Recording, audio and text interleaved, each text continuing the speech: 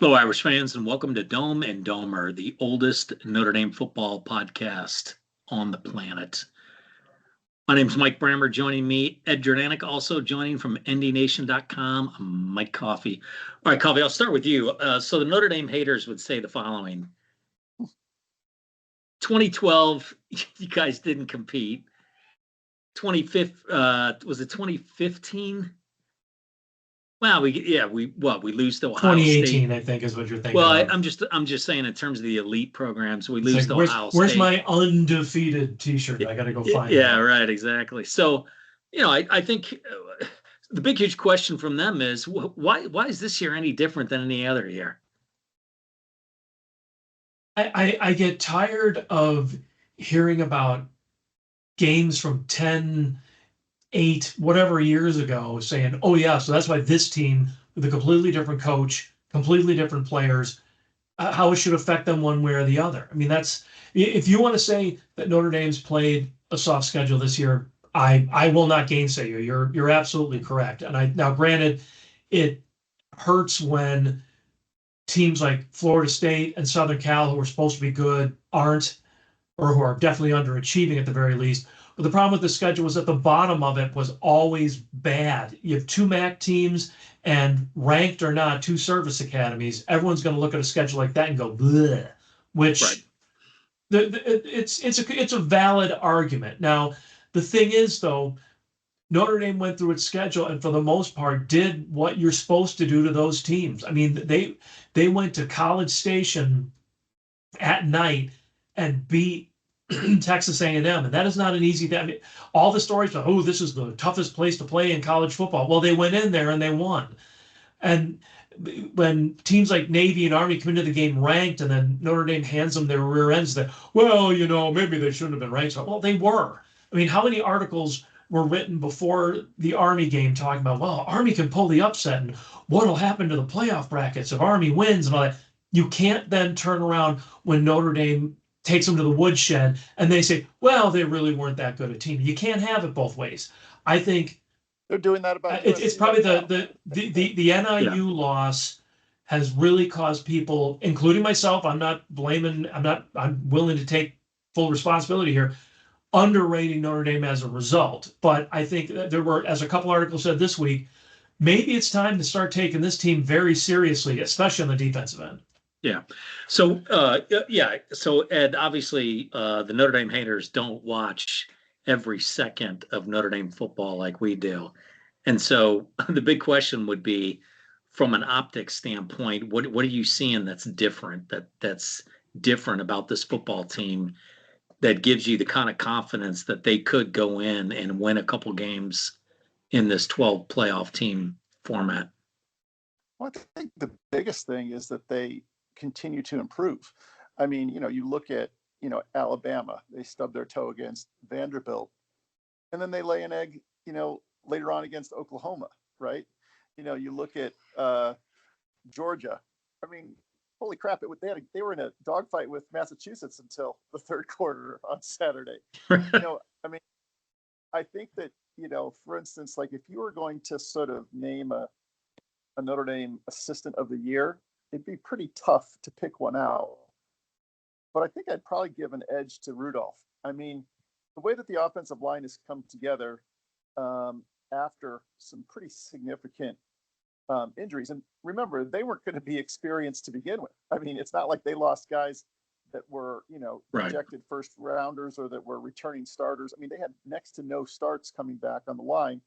And I think you'd have to say that they've gotten better as each week has gone by. I mean, like Mike Coffey said, I mean, I heard about Army's run defense all last week. Now, granted, it's, how much bigger they were and how much more physical they were for a service academy, blah, blah, blah. And they got manhandled, just absolutely manhandled. And we'll see what happens, this weekend. But I'd say the biggest argument for Notre Dame is just the progress that they've made. The quarterback has gotten better. The receivers have gotten better. The defense has played. I mean, the defense had its best tackling day 2 years. Saturday, Yeah, I would agree with that. Yeah. They didn't miss a tackle. Very few. I mean, the quarterback maybe might have broke one or two, and he was a big, strong dude. So yeah, I think if you're trying to look at things objectively, you have to say that the biggest thing Notre Dame going for it is it's kind of, regardless of the competition that they've played, they've demonstrated improvement from the Northern Illinois game forward, whereas a lot of teams have backslid at times, right? I mean, you can't make an argument that Penn State, after a close call with Ohio State, has gone on to dominate their opposition. They probably should have lost Saturday. Yeah, I did watch some of the game. Yeah, they got lucky. Yeah. So Coffee, I would agree. I mean, I definitely think that the other two aspects would be Denbrock and Golden. I mean, those are two really good coordinators that are very capable of putting together single game plans that can make a difference. Golden has been doing it all season long. Denbrock recently has really put together some decent plans in terms of their attack, with especially the last 3 games. But having said that, this Saturday's game, I think, is going to be a telltale sign for Notre Dame, because it is a rivalry game. There's a ton of pressure. There's the very possibility that it could be close in the first half. They could go into halftime close, within 3 points. And then you're going to see, all right, what happens here in the second half? Does Notre Dame continue, as Ed has pointed out, their upward trajectory and finish off the game in a commanding fashion? That's going to be interesting to see, and will probably give us a really good indication as to how much of an upswing is Notre Dame on as they head into the playoffs. Well, it always makes me nervous playing a team that is underperforming. Now, you could say that Southern Cal's record this year isn't nearly what people thought it was going to be. However, if you look at it, most of their bad performances have been away from home after they've flown halfway across the country. Now, I'm not saying that's going to be a problem for Notre Dame. We do it every year. Although my opinion on having a game in New York City and then Los Angeles is, I'm on the record saying that was dumb.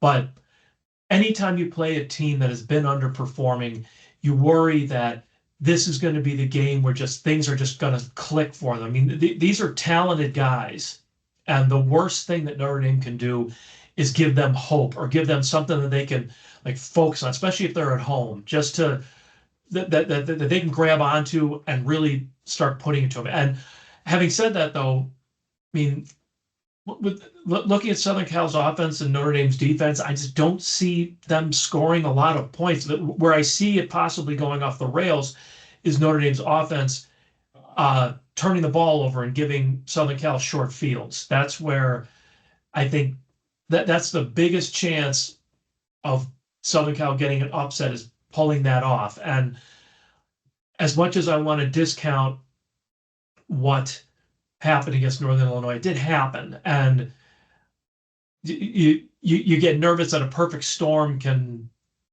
hit. Well, I think I think you're absolutely right. The key is the start of the game. So if Notre Dame can start well and then kind of feel the pressure of putting their foot on their throat, they can finish the job and walk away without much trouble. However, this is a rivalry game. This is everything USC's. This is it for them. I mean, I know they're bowl eligible, but believe me, this is the game that's going to matter to them. And if they could knock us off, they would love to do that. And so I kind of feel like, as Ed pointed out, if the offensive line can impose their will and continue, we should be able to control the game, even if it is close at half, even if it is a 3-point game at halftime. I just think over the course of 4 quarters, we should be able to impose our will on the running side of the football with Leonard at the helm there. He is going to have to run for some yards on Saturday. Otherwise, this could be a real problem, because he's going to face probably the better defensive backs that he's seen, at least since probably Louisville, is my guess.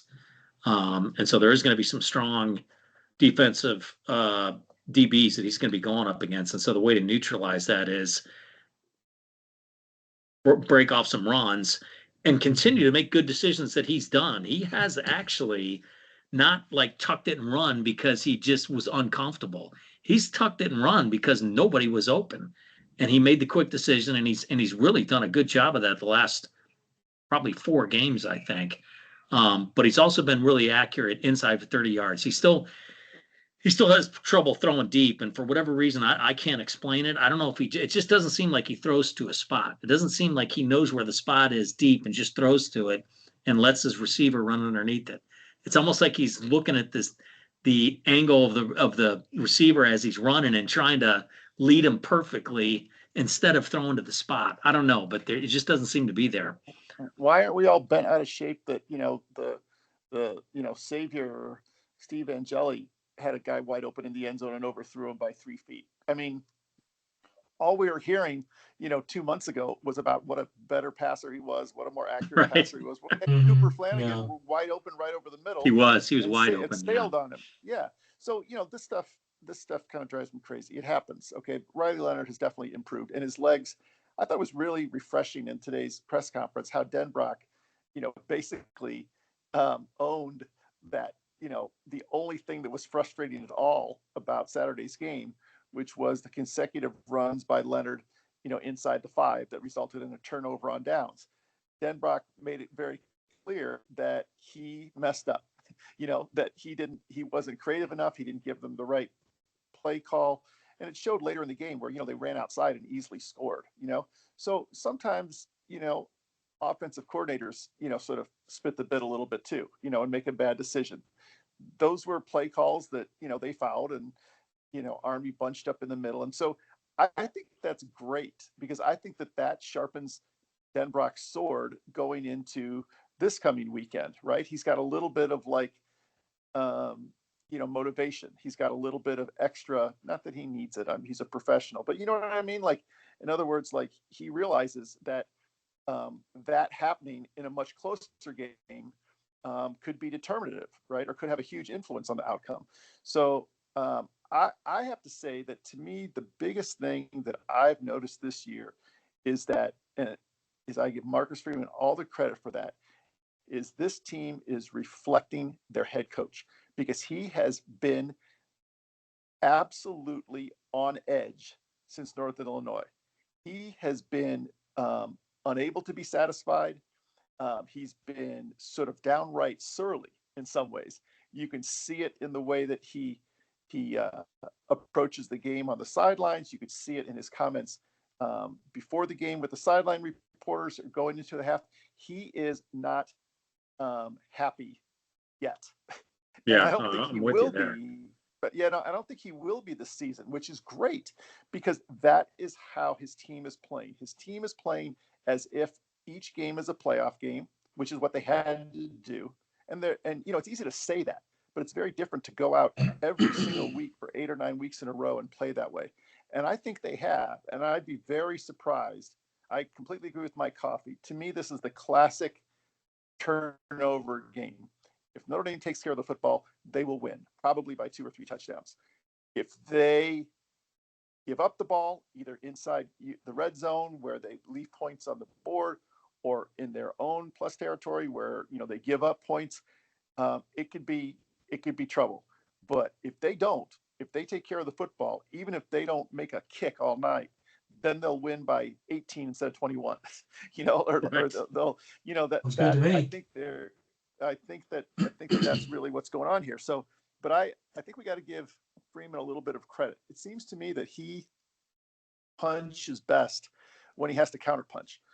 After Marshall and after Cal and after Stanford or whatever, that's when Notre Dame started to play their best football. It sucks to learn those lessons, but I don't think that this team would be performing at this level right now.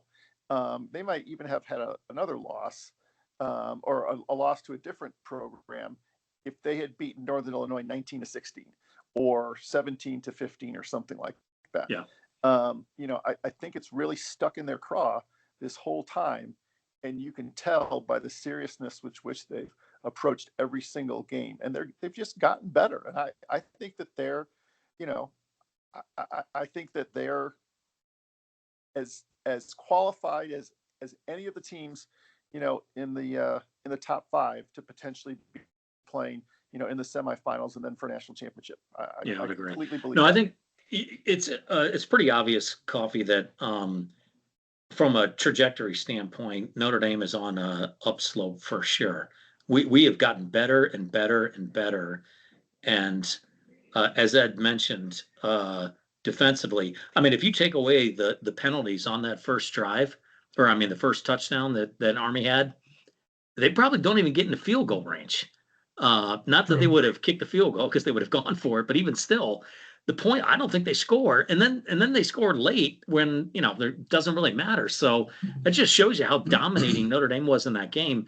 But I do think what's not going to happen Saturday is we're not going to show up there and just be flat and not ready to go and somehow just let this one get through our fingers. That isn't going to happen.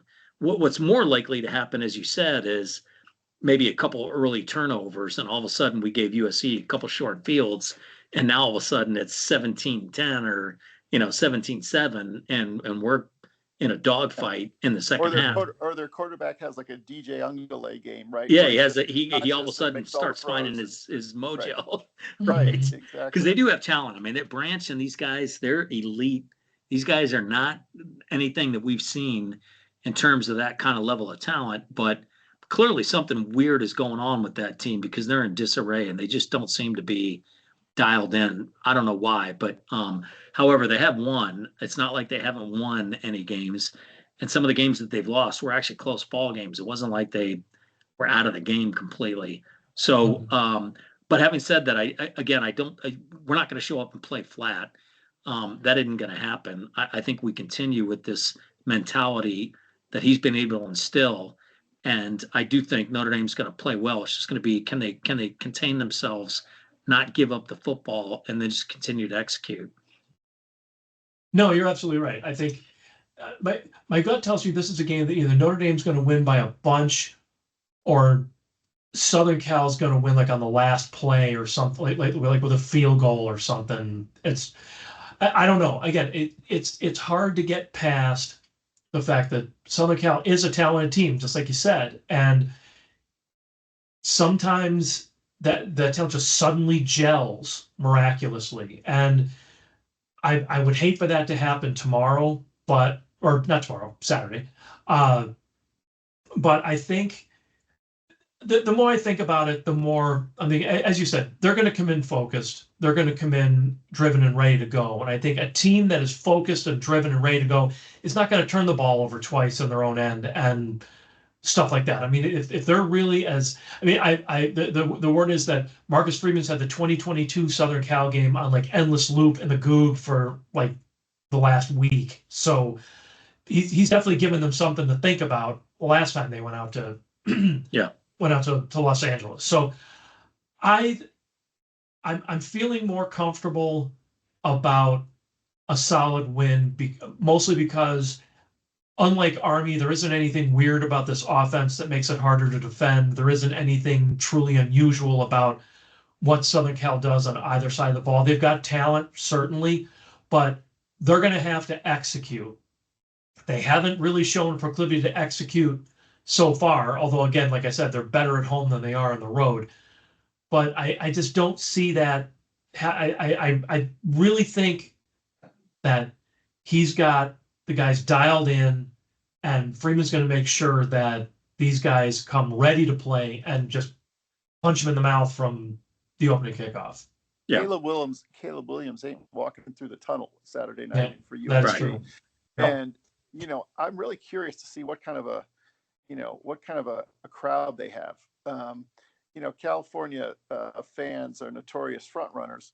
This is a substandard SC team, Southern Cal team. It's a holiday weekend. It's a 12:30 game, right? It's not a 4 or 5, 8 p.m. Pacific game out there. So I think Notre Dame fans will show up. I think there'll be a really good West Coast contingent there because it's a meaningful game and it's and there'll be people there. So I'm sort of curious about that. I mean, somebody asked me about the West Coast thing. Well, a 3:30 Eastern kickoff is the most common kickoff Notre Dame's played at this year. So their biorhythms and their physical clocks should be, in pretty decent shape. I don't think they got back from, they didn't get back from New York at, 5 a.m. or something like that, as far as I know. by the way, the Yankees suck. We know this. They totally screwed up, getting into the Yankee Stadium. I'm not surprised. It was absolutely no problem getting into Fenway in 2015. So, go to hell, Yankees. Way to screw it up again. Whoa, here we go. So I was a little surprised that but- they were so and I empty think at the first, right at the start of the game. That makes One sense. I thing I didn't even think that- realize that they jacked that up. one thing I think that helps Notre Dame when we go out there, it's unlike a normal trip out to LA because like you said, it's Thanksgiving weekend. So I believe what the plan is that the players have an early meal on Thursday and they fly out.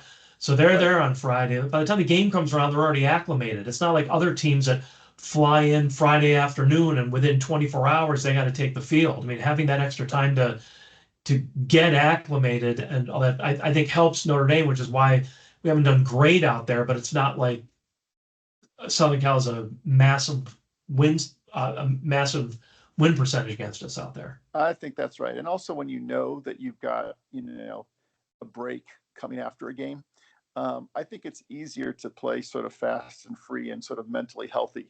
They're going to get a little bit of time off.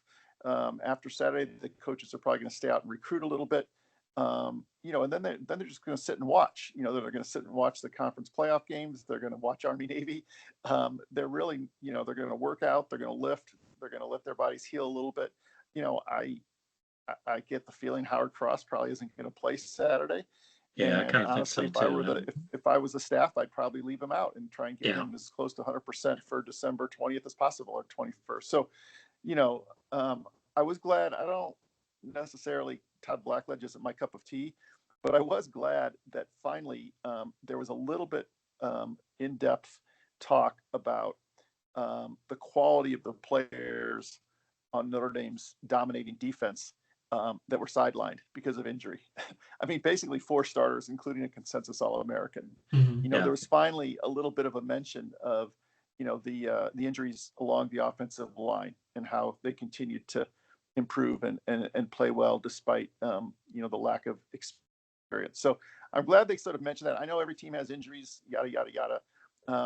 But I do think I can't remember a time where Notre Dame has played as well as they have on one side of the ball with some significant injuries, and have found it's definitely a story. So many guys stepping up. Yeah, it's definitely a story to the season. And I would say that, when you look at the 12-team playoffs, I do think that is going to come into play. Injuries are going to be a problem for some teams, and it's going to be the teams that probably stay the healthiest are going to have the advantage, because that is a lot of football, a lot of games, a lot of things can go wrong, as we've seen. And it's not just Notre Dame. Everybody in college football has experienced some major injuries that have affected them. And so that's just part of the game. But I think it's going to be a big part of the playoffs, and being able to sustain is probably going to be staying healthy. If you're going to expect to win it. I actually think it's a bit of an advantage not to have a first round bye, in terms of just staying sharp, relatively sharp. There's something to be said for that. Yeah. Yeah. I mean, the teams that have a first round bye, they're not going to play between basically December 6th and January, or December 31st, or January 1st. Mm-hmm. So, let's say Notre Dame, beats USC, they'll play on the 20th or 21st, and then they'll play on the 31st and 1st. That's kind of like okay, a week off, the week after Thanksgiving off, some lifting and some contact, in week 2, and then game prep, leading up to week 3. It's really not all that different than a bye week. And then you've got a Christmas holiday, and, heading to a bowl game and all that kind of stuff. So, yeah, I don't know. I would not be surprised if the top 4, at least 2 or even 3 of the 4 struggle in their games, if not outright lose, because I think it's really pretty wide open. It definitely is. It feels like it. That's for sure. I mean, I think it's pretty obvious that Oregon is and we'll see. They've got their. We'll see how they shake out. Yeah, but I know they beat Ohio State. That's fine, but Ohio State had to travel from Ohio, from the Midwest out to the West Coast, then play a game. This time, Oregon's going to have to travel from the West Coast to the Midwest to play a game, and so I'll be interested to see how if it's an OSU Ohio State rematch, or I'm sorry, an OSU Oregon rematch might be interesting. But then again, where's the Big Ten championship game being played? If I'm not mistaken, it's in Indianapolis. Indianapolis, okay. Yeah. Indianapolis again, yeah. I guess, but it's warm. It's inside. There's a little bit of an advantage to Oregon there. But isn't that kind of a situation where, if Ohio State does win, then they probably just flip flop? In other words, or do you think Ohio State would they go to the number one seed? And I think that's what's going to end up happening. I think whoever wins that game is going to be the number one overall seed. Whoever loses is going to drop to fifth. Yeah. So I think they are going to just like. Right. Do you think there's a chance that, if Oregon blows out Ohio State, that they will, with 2 losses, drop below Notre Dame if Notre Dame destroys Southern Cal? I think so. I think that's possible. And if Notre Dame really destroys Southern Cal, Penn State needed overtime to beat them at the same place. So if you're going to be comparing results, I mean, and you can't get higher than 5 because of those stupid. But that would make a bit of a difference. No, I think it would. 5 versus 7 is a bit of a difference. There's no doubt. Yeah. So it'll be interesting. I think it's going to be fascinating to see how this all shakes out. Because again, I still think there's going to be movement. I can just sense that there's still a few upsets that are still out there, and there's going to be a 3-loss SEC team getting in. There's just no way that's not going to not happen. So somebody's getting in. The question is who, and I got to believe it's going to be whoever loses in the SEC championship is probably going to be that 3-loss team. Yeah, probably. Right. But yeah, in any event, it's going to be really interesting to see how this shakes out. I'll let you start, Coffee. What's your prediction for Saturday? I picked 35-10 in our contest. Again, I don't see Southern Cal scoring many points. I mean, this Golden's defense is so good this year. And in fact, I could see, we haven't really talked about how the possibility of Notre Dame generating turnovers and benefiting from them. So I felt 35-10 on the road was a good score, or one I was comfortable with anyway. I think a lot of Notre Dame fans will be happy with that one. I'd take it all day long. Ed, what do you think? Yeah, I'm going to be a little bit more conservative and contrary. I think we're going to actually make 2 field goals in this game, and win 27-13. Yeah, I think I'm more along those lines. Ed, I got 34-20. But I do think it's going to be tight at halftime. I think this will be the first kind of angst that we've felt in a while, and I don't know that it'll be turnovers. I suspect we might have one in the first half, but I just kind of feel like there's going to be a lot of pride on the line for USC. This being a rivalry game, I just kind of get the sense that they're going to come out and have a few tricks up their sleeve that causes some issues. But I think at the end of the day, Notre Dame pulls away in the second half. And I do think that it's because of the culture that the program is in at the moment. I think Freeman and Denbrock and Golden have really got things running in a well-oiled machine. And I think it's going to continue in the entirety of the game, especially late in the second half. I can't see us letting one slip away, and I think Notre Dame comes away with the victory.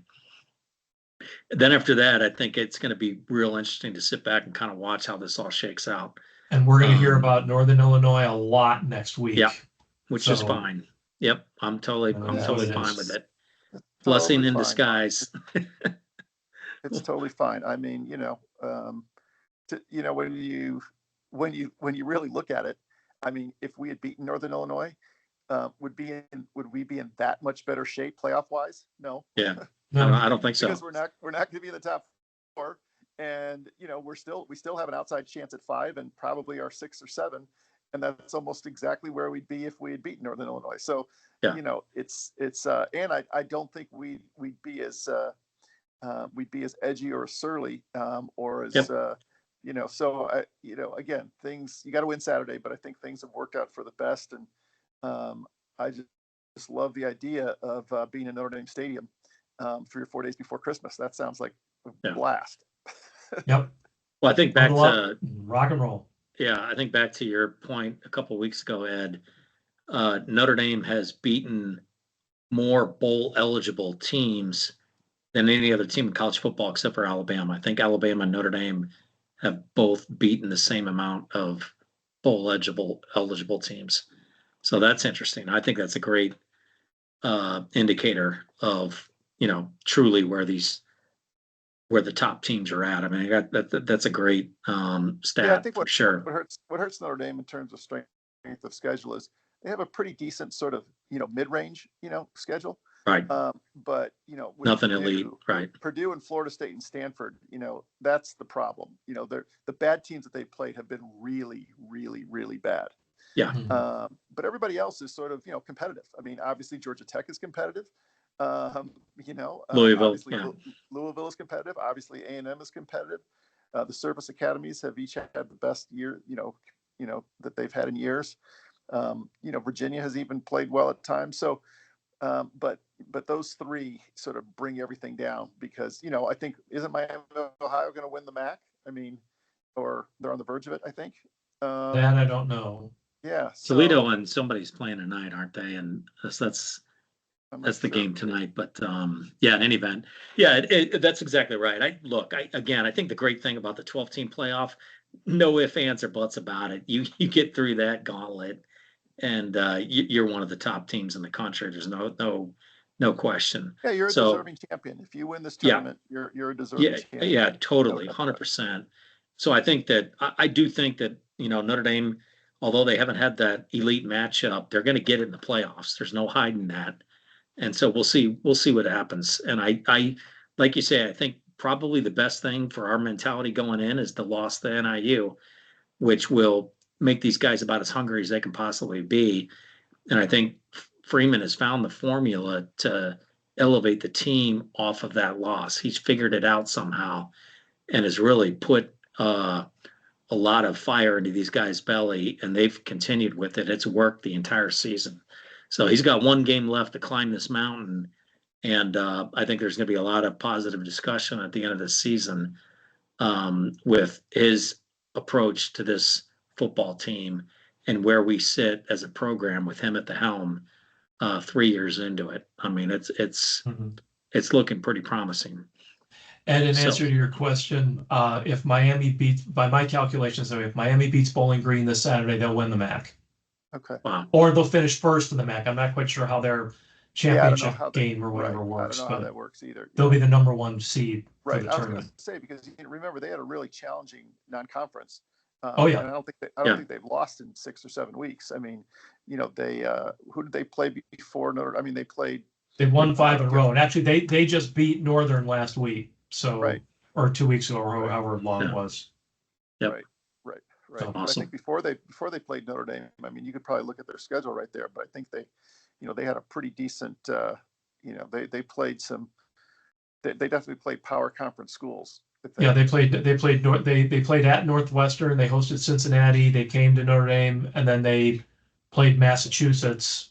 Okay. And they went so 3 decent teams. 1 and 3 3. Power But 5. three of their 4 losses are to Power 5 or Power 4 opponents or something like that. So Right. Cool. Awesome. Chuck Martin. Way to go, Chuck. Yeah, there we go. Well, Chuckster. Let's hope for better things this Saturday. As long as we come away with a win, I could care less if it's 1 point.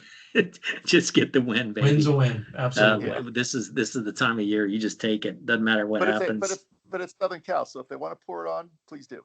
Oh, exactly right. All right. 51-0, isn't that the record? I still remember those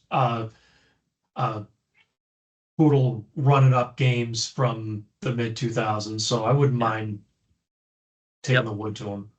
Yeah. There you go. All right, good deal. We'll leave it there. You've been listening to Dome and Domer.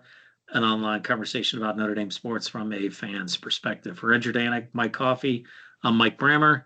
Thanks for listening.